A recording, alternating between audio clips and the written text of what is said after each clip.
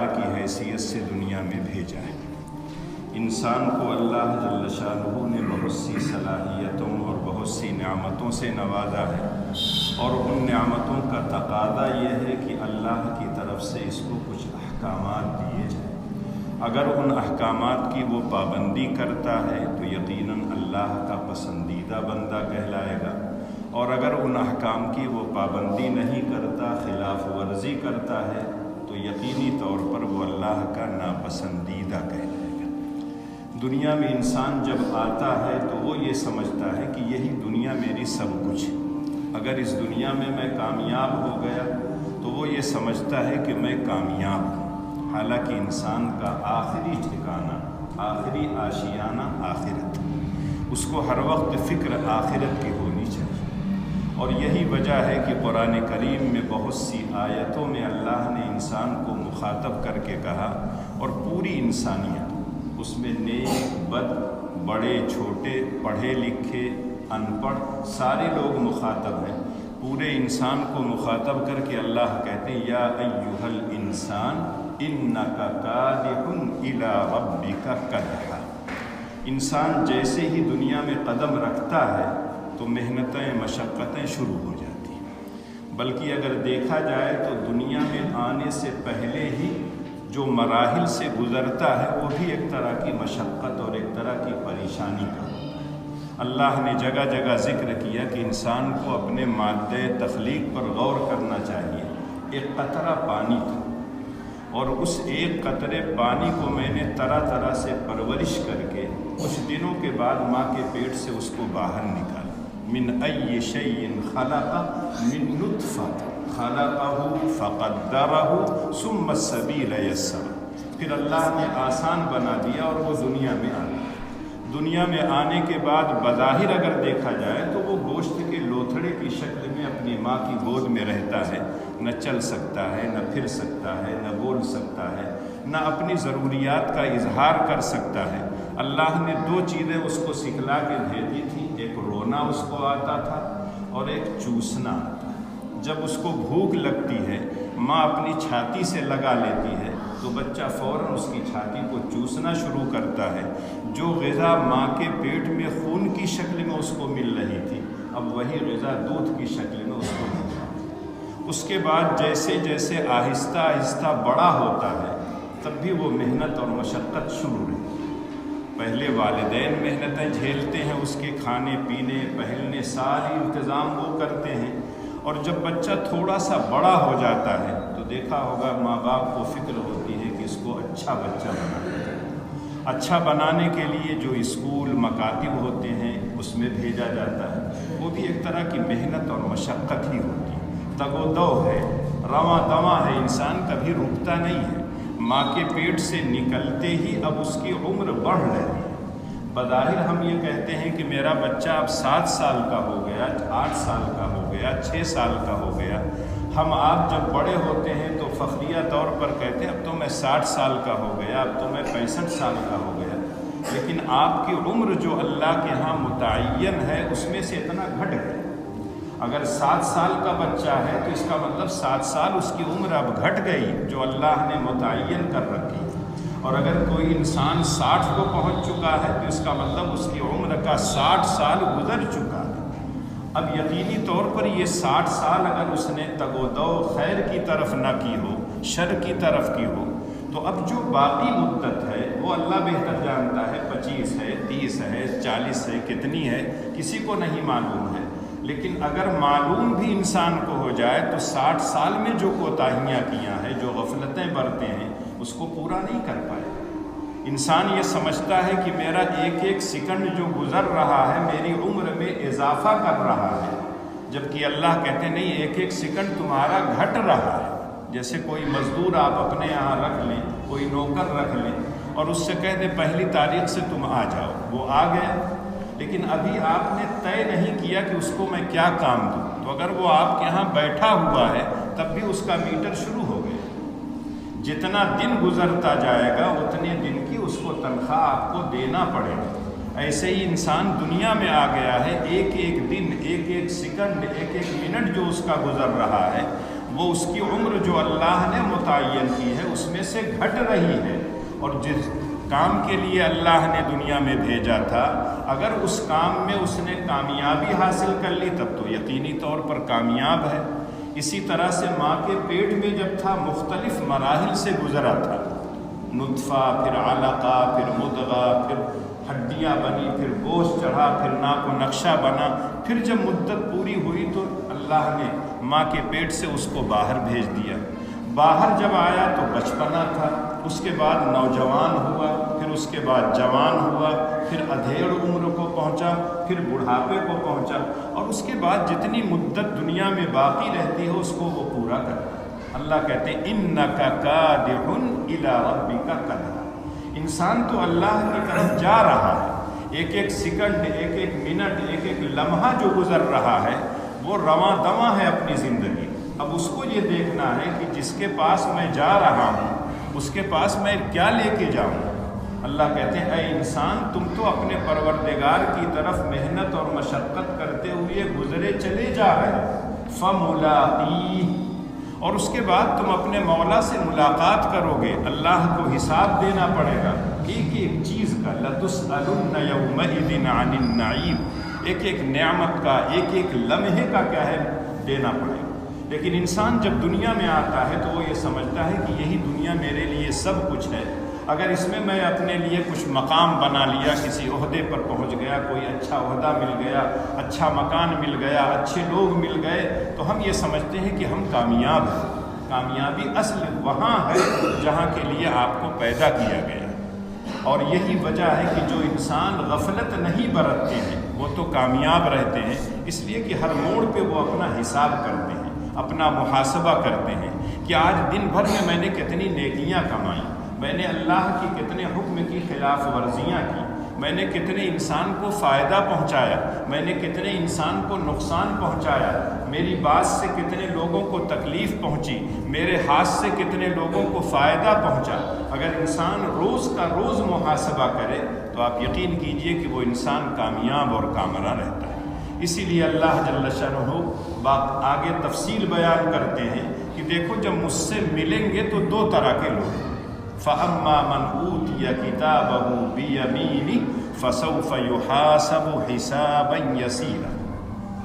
جس کا نامہ اعمال داہنے ہاتھ میں دے دیا جائے گا، یہ علامت ہوگی کہ یہ انسان کامیاب، یہ انسان جنت والا ہے۔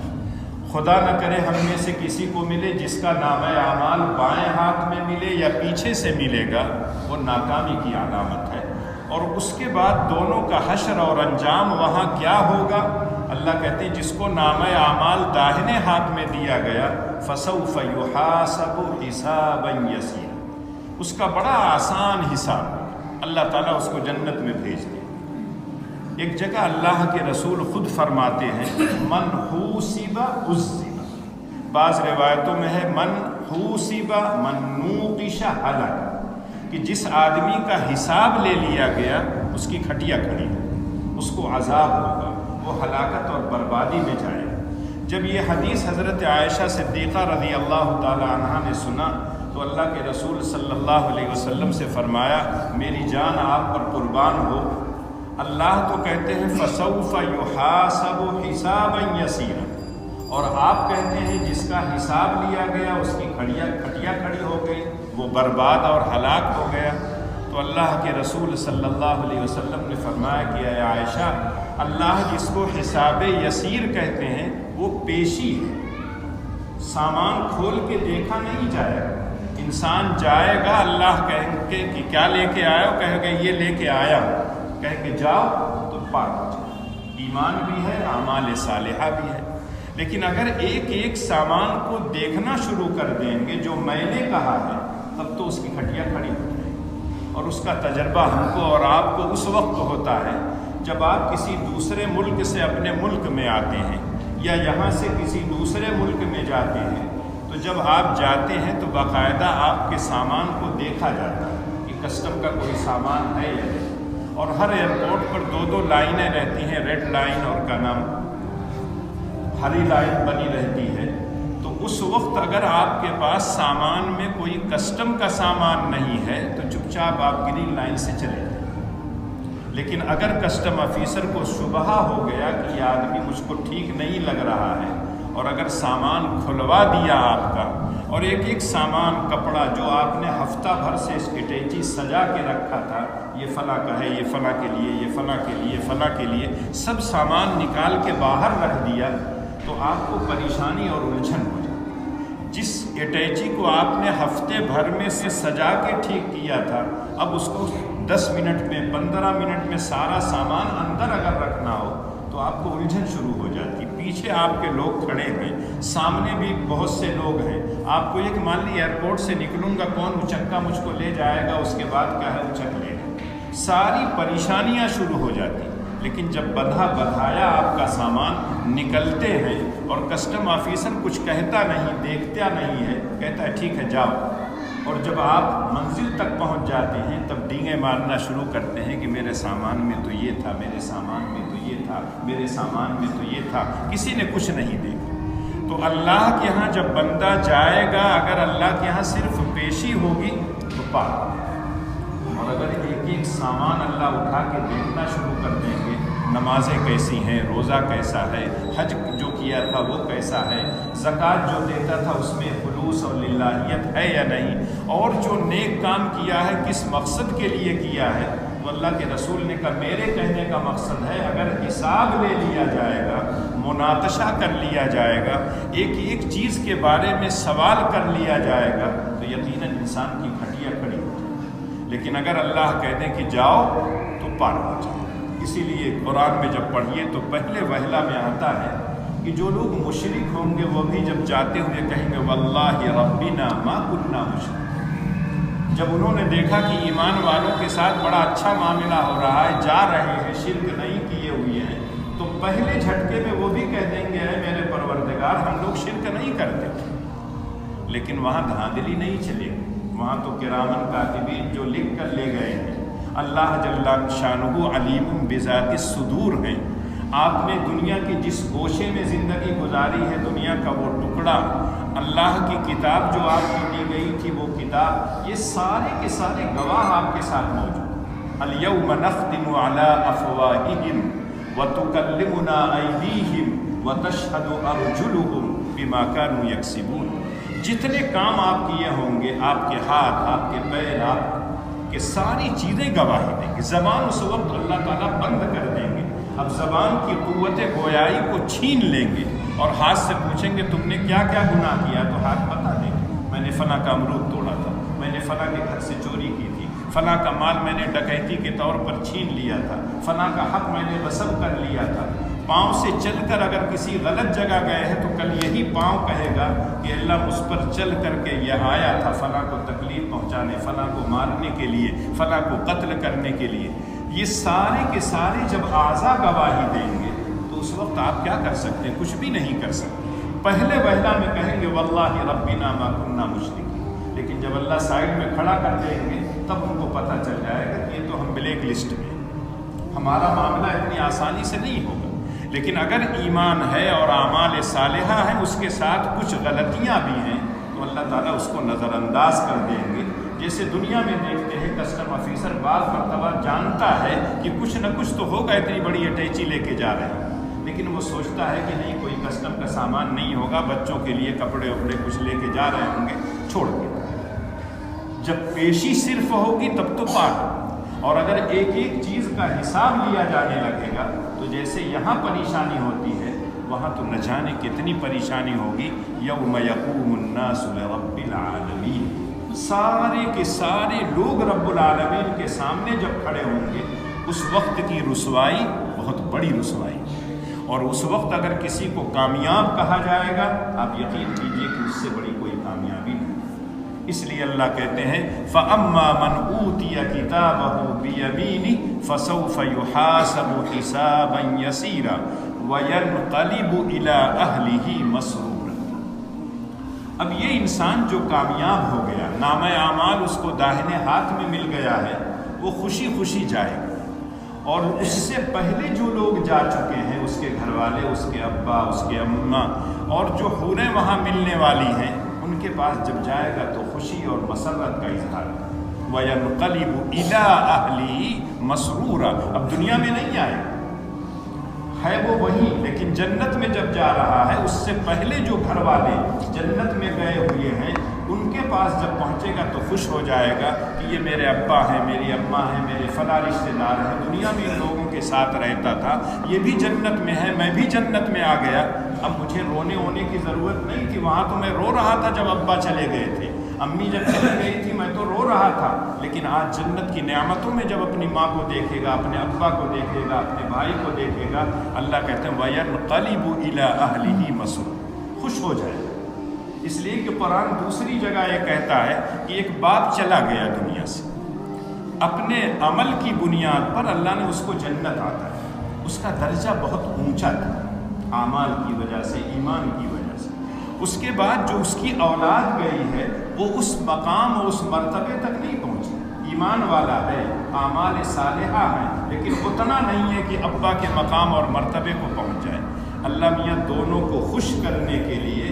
بیٹا جس کا درجہ نیچے تھا اللہ تعالیٰ اس کو اونچا کر دے تاکہ اس کا باپ بھی خوش ہو جائے اور بیٹا بھی خوش ہو جائے۔ جب بیٹا دیکھے گا میرے ابا کا یہ مقام ہے، باپ دیکھے گا میرا بیٹا بھی مجھ تک پہنچایا ہے، تو دونوں خوش ہو جائیں گے۔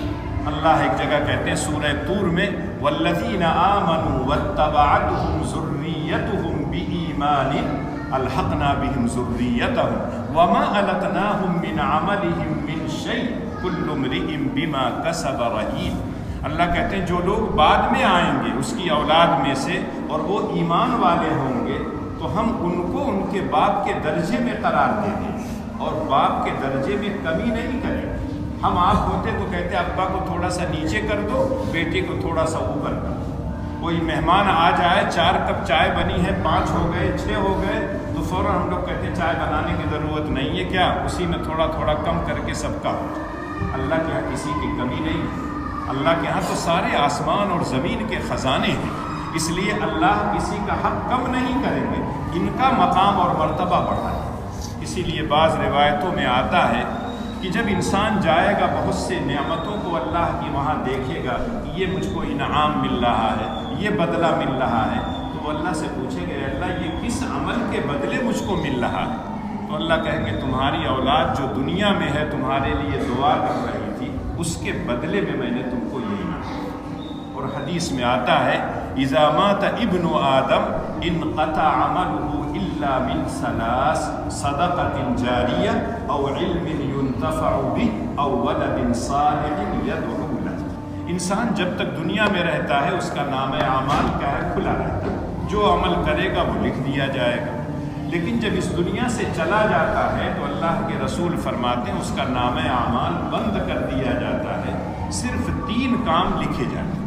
کوئی کام آپ نے صدقہ جاریہ کے طور پر رفاہی کام کیا ہو، راستہ آپ نے بنوا دیا، کوئی غریب ہے جس کے پاس مکان نہیں اس کو آپ نے مکان بنوا کے دے دیا، کہیں پانی کا نظم نہیں ہے آپ نے وہاں نہر کھدوا دی، وہاں نل لگوا دیا، موٹر لگوا دیا۔ جب تک انسان اس سے فائدہ اٹھاتے رہیں گے، جانے والا کرنے والا کام کا یہاں رہے نہ رہے، اللہ تعالیٰ اس کے کھاتے میں ثواب لکھ دے۔ کسی آدمی نے مسجد بنوا دی، کسی آدمی نے کہا ہے مدرسے میں کوئی بچہ پڑھ رہا ہے غریب ہے اس کی مدد کر لی، اس نے تعلیم حاصل کر لی، تو جب تک وہ بچہ دنیا میں رہے گا اس کے لیے دعائیں کرتا رہے گا، اللہ تعالیٰ اس کے کھاتے میں لکھ دے گا۔ او علم ينتفع به، میں نے آپ کو کچھ سکھایا، آپ نے دوسرے کو، دوسرے نے تیسرے کو، قیامت تک جتنے لوگ اس علم کو پھیلائیں گے، پہلا جو آدمی ہے اس کو اللہ تعالیٰ کچھ نہ کچھ اجر و ثواب ضرور اس کے کھاتے میں لکھ دیں گے۔ اور اسی لیے اللہ کے رسول نے فرمایا کوئی آدمی اگر اچھا کام کرتا ہے اس کو دیکھ کے بعد میں جتنے لوگ اچھا کام کریں گے اس میں اس کا کچھ نہ کچھ حصہ ہو۔ اب اس کا الٹا کر لیجئے، کسی آدمی نے غلط کام کیا، برا کام کیا، اس کو دیکھ کر وہ برا کام جتنے لوگ کریں گے سب کو کچھ نہ کچھ اس میں سے کیا ہے اس کو نقصان پہنچے گا، اس کو گناہ ملے گا۔ کہتے ہیں دنیا میں سب سے پہلا قاتل کون تھا؟ حضرت آدم علیہ السلام کا بیٹا قابیل، جس نے حابیل اپنے بھائی کو قتل کیا۔ اب قیامت تک جتنے قتل ہوں گے قابیل کو کچھ نہ کچھ اس قتل میں ضرور گناہ ملے۔ اس لیے کہ سب سے پہلا قاتل وہ تھا۔ تو اب دنیا میں جو قتل کا سلسلہ چلے گا، سب کے گناہوں میں سے اس کو کچھ نہ کچھ ضرور ملے۔ ایسے ہی اگر کوئی آدمی اچھا کام کرتا ہے، اس کو دیکھ کر لوگ اچھا کام کرنے لگیں، تو جتنے لوگ اچھا کام کریں گے سب میں اس کو کچھ نہ کچھ اجر و ثواب ملے گا۔ تیسری چیز ہے ولد صالح یدعو لہ، نیک اولاد جو اپنے والدین کے لیے ہاتھ اٹھا کے دعا کر دے، رب ارحمہما کما ربیانی صغیرا۔ آج کے دور میں جو مادی دور ہے، اس میں آپ یقین کر لیجئے کہ آج اس طرف کسی کا ذہن نہیں۔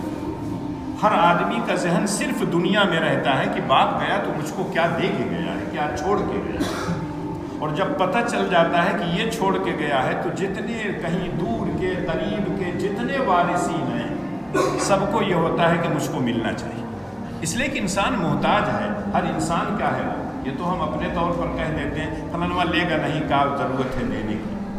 ہر آدمی کو آپ دیجیے، دیکھیے اپنا حق فوراً وہ لے لیتا ہے، معاف کرنے کے لیے کوئی تیار ویار نہیں ہوتا۔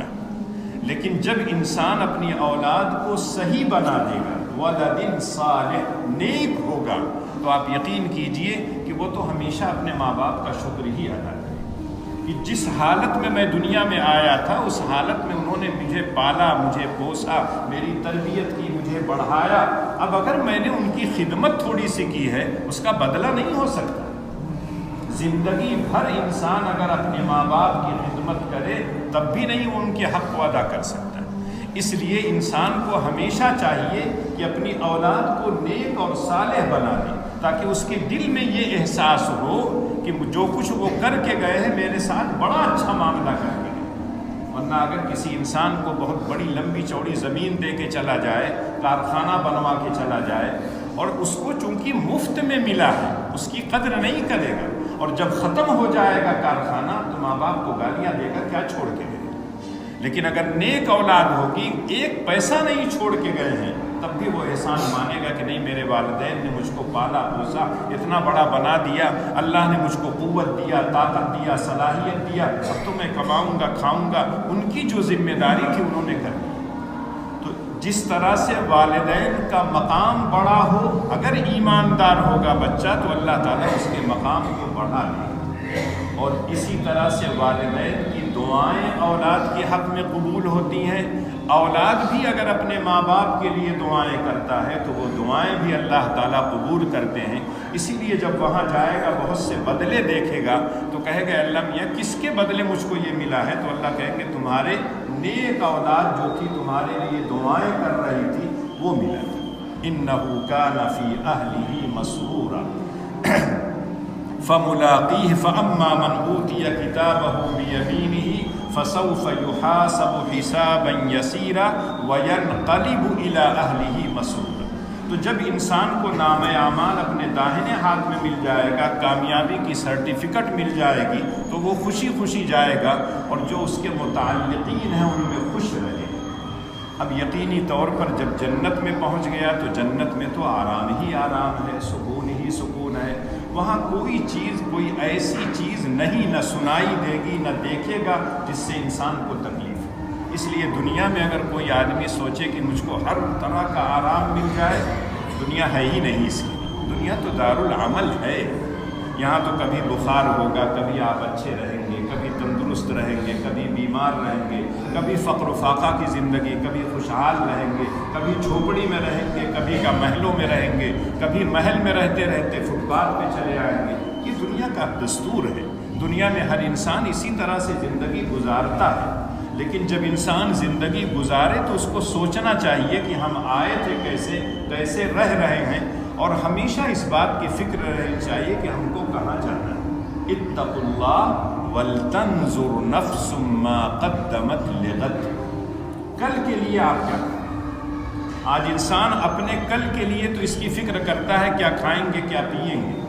کس مکان میں رہیں گے، ٹوٹ گیا ہے اس کو بنوا لو۔ بلکہ اولاد کی بھی فکر کرتا ہے کہ میں تو کسی طرح سے گزار لیا ہوں، لیکن کیا ہے اس کو اور اچھا بنا دو تاکہ اولاد آئے گی وہ اچھی طرح سے گزر جائے۔ لیکن آخرت کیسی گزرے گی اس کی فکر نہیں ہے۔ جبکہ آپ پرندوں کو دیکھیے، جانوروں کو دیکھیے، جب نکلتے ہیں چلنے کے لیے تو جانور چلنے کے بعد جب پیٹ بھر جاتا ہے سیدھے اپنے گھر کی طرف آتے ہیں۔ پرندے صبح اپنے آشیانے سے نکلتے ہیں بالکل خالی پیٹ، اور نہ جانے کہاں کہاں کس باغ میں کس کھیت میں گھومتے پھرتے رہتے ہیں، اور جب پیٹ بھر جاتا ہے شام ہو جاتی ہے فوراً اپنے آشیانے کی طرف اپنے گھونسلے میں لوٹ آتے ہیں۔ ہم کو اور آپ کو جب اللہ جل شانہ نے ہمارے جد امجد کو جنت سے بھیجا ہے دنیا میں، تو ہم کو آپ کو اگر جنت میں جانا ہے تو اس گھر کو بھولنا نہیں چاہیے، ہر وقت اس گھر کو یاد رکھنا چاہیے، اس کے لیے ہر وقت تیاری کرنا چاہیے۔ اللہ کہتے ہیں جو لوگ کامیاب ہو جائیں گے وہ تو خوش رہیں گے، اور کیوں خوش رہیں گے؟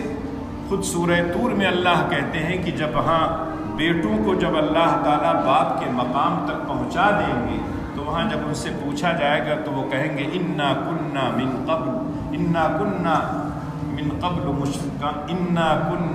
قبل ذلك كنا مشفقین فوقانا فمن اللہ علینا ووقانا عذاب السموم۔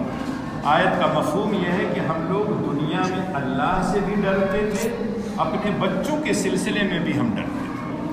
جیسے ہم اپنے لیے سوچتے تھے کہ اللہ کی نافرمانی نہ ہونے پائے، ایسے ہی اپنی اولاد کو بھی اللہ کی مخالفت سے بچانے کی فکر کریں۔ جیسے ہمیں یہ فکر ہوتی تھی کہ ہم جنت میں چلے جائیں، ایسے اپنے بیوی بچوں کی بھی فکر ہوتی تھی کہ وہ جنت میں چلے جائیں۔ اس لیے اللہ جل شانہ نے آج ہم کو یہ نعمتیں عطا کی۔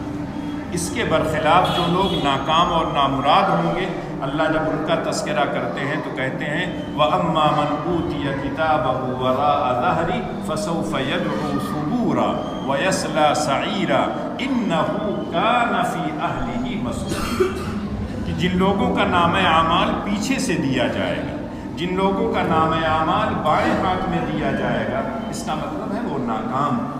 تو قرآن یہ کہتا ہے وہ اس وقت کہیں گے ہائے ہلاکت اور بربادی ہمارے لیے، اور پھر وہ جہنم میں ڈال دیے جائیں گے۔ اللہ ان کے بارے میں کہتے ہیں اِنَّهُ كَانَ فِي أَهْلِهِ مَسْرُورًا، دنیا میں بڑی عیش و عشرت کی زندگی گزار رہے تھے، بڑا مگن تھے، مکان مل گیا ہے، اولاد کما رہی ہے، خوب پیسے آ رہے ہیں، مزے کی زندگی گزر رہی ہے، لیکن آخرت کی فکر نہیں تھی، جہاں جانا ہے اس کی کوئی فکر نہیں تھی، وہ مست تھے۔ اب یقینی طور پر جب وہاں مستی اڑا لیے ہیں دنیا میں، اب تو آخرت میں جب آئیں گے تو جہنم ملے گی، وہاں کا عذاب ان کو چکھنا پڑے گا۔ قرآن نے ان کو کہا وَيَنْقَلِبُ إِلَىٰ أَهْلِهِ مَسْرُورًا، جب نامہ اعمال داہنے ہاتھ میں ملے گا تو خوشی خوشی جائیں گے اور باقاعدہ خوش ہوں گے کہ اے اللہ جہاں ہمارے ماں باپ کو آپ نے جنت میں دیا تھا وہی ہم کو بھی آپ نے پہنچا دیا، ہمارے جتنے متعلقین ہیں سب لوگ یہی ہیں۔ لیکن جب آدمی غلط کام کرے گا جہنم میں جائے گا تو اللہ کہتے ہیں اِنَّهُ كَانَ فِي أَهْلِهِ مَسْرُورًا، دنیا میں اس نے عیش و عشرت کی زندگی گزاری، بڑا خوش تھا کہ میں بڑا خوش نصیب ہوں، کھانے پینے کو مل رہا ہے، مکان مل رہا ہے، عہدہ مل گیا، فنا مل گیا، ساری چیزیں مل گئی، میں کامیاب اور کامرا ہوں۔ لیکن جب وہاں گیا اور نامہ اعمال کی حساب کے حساب سے جب اس کو جہنم میں بھیج دیا گیا تب اس کو کیا ہے ہوا کہ یہ تو گڑبڑ ہو گئی، تب وہاں کہے گا فَسَوْفَ يَدْعُو ثُبُورًا، ہلاکت اور بربادی کو دعوت دے گا۔ زمین پھٹ جاتی میں اندر چلا جاتا، آسمان پھٹ جاتا میں اوپر چلا جاتا۔ جیسے قرآن آپ سے کہتا ہے کہ جب اللہ تعالیٰ جانوروں کو بلائیں گے، کسی جانور نے کسی جانور پر ظلم کیا ہوگا تو ظلم کا بدلہ دلوائیں گے، اس کے بعد جانوروں سے کہیں گے کونوا ترابا۔ تو جب انسان یہ منظر دیکھے گا تو کہے گا یا لیتنی کنت ترابا، کاش میں بھی مٹی ہو جاتا، لیکن آپ مٹی نہیں ہوں گے۔ آپ کے لیے تو دو ہی فیصلہ ہے، فریق فی الجنہ و فریق فی السعیر۔ اللہ کرے ہم لوگ ادھر رہے، فریق فی الجنہ، جنت میں جو گیا وہ تو سب آرام ہی آرام ہے، لا تسمع فیہا لاغیہ فیہا عین جاریہ فیہا سرر مرفوعۃ الی آخرہ۔ جنت کی نعمتوں کا تذکرہ پڑھیے تو ایسا لگتا ہے تھوڑی دیر کے لیے کہ ہم جنت میں پہنچ گئے، لیکن اس کے برخلاف جب جہنم کا تذکرہ پڑھیے تب پتہ چلتا ہے کہ جہنم کا تصور سے انسان کا خون کیا ہے، ایک دم نہ جانے کتنی تیز دوڑنے لگے گا، اس کو آپ سوچ نہیں سکتے۔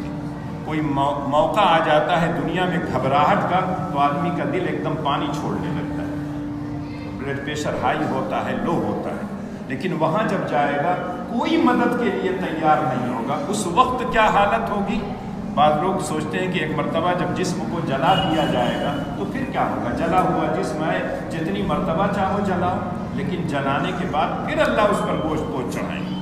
کلما نضجت جلودہم بدلناہم جلودا غیرہا لیذوقوا العذاب، عذاب چکھنے کے لیے جہنم میں ڈالا گیا ہے، اس لیے جہنم سے نکل بھی نہیں سکتے ہو، اور اگر بھاگنے کی کوشش کرو گے تو بھاگ نہیں سکتے۔ کلما ارادوا ان یخرجوا منها اعیدوا فیها وقیل لهم ذوقوا عذاب النار التي کنتم بها تکذبون۔ پڑھیے تو آج یقین کیجئے، تنہائی میں اگر آپ پڑھیے اور تھوڑا سا قرآن سمجھتے ہو تو رونگٹے کھڑے ہو جاتے ہیں، اور انسان اگر جنت اور جہنم کے مناظر کو دیکھ لے، دنیا میں کوئی انسان ایسا نہیں ہوگا جو جہنم میں جانا چاہے،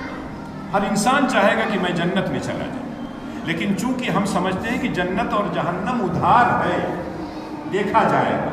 دیکھا نہیں جائے گا، ایک ایک سیکنڈ جو گزر رہا ہے وہ آپ کا سیکنڈ یا تو جنت کے راستے پر جا رہے ہیں آپ، یا تو جہنم کے راستے پر جا رہے ہیں۔ اِنَّكَ كَادِحٌ إِلَىٰ رَبِّكَ كَدْحًا فَمُلَاقِيهِ۔ آج انسان یہ سمجھتا ہے کہ میں ابھی بچہ تھا، جوان ہوا، اب ادھیڑ عمر ہو گئی، پڑھ لکھ لیا، کما رہا ہوں، اب تو سارے سکون ہی سکون ہے، لیکن آپ یقین کیجئے کبھی کوئی انسان سکون میں نہیں، مشقت تو ہے اس کو، پاپی ہو چاہے بڑا متقی اور پرہیزگار ہو، سب کو فکر رہتی، متقی اگر ہے تو اس کو فکر ہے کہ میری آخرت میں درجات کتنے بلند ہو جائیں، کتنی نیکیاں میں کما کے رکھ لوں تاکہ اللہ تعالیٰ مجھ کو جنت میں اعلیٰ مقام پر آتا ہے۔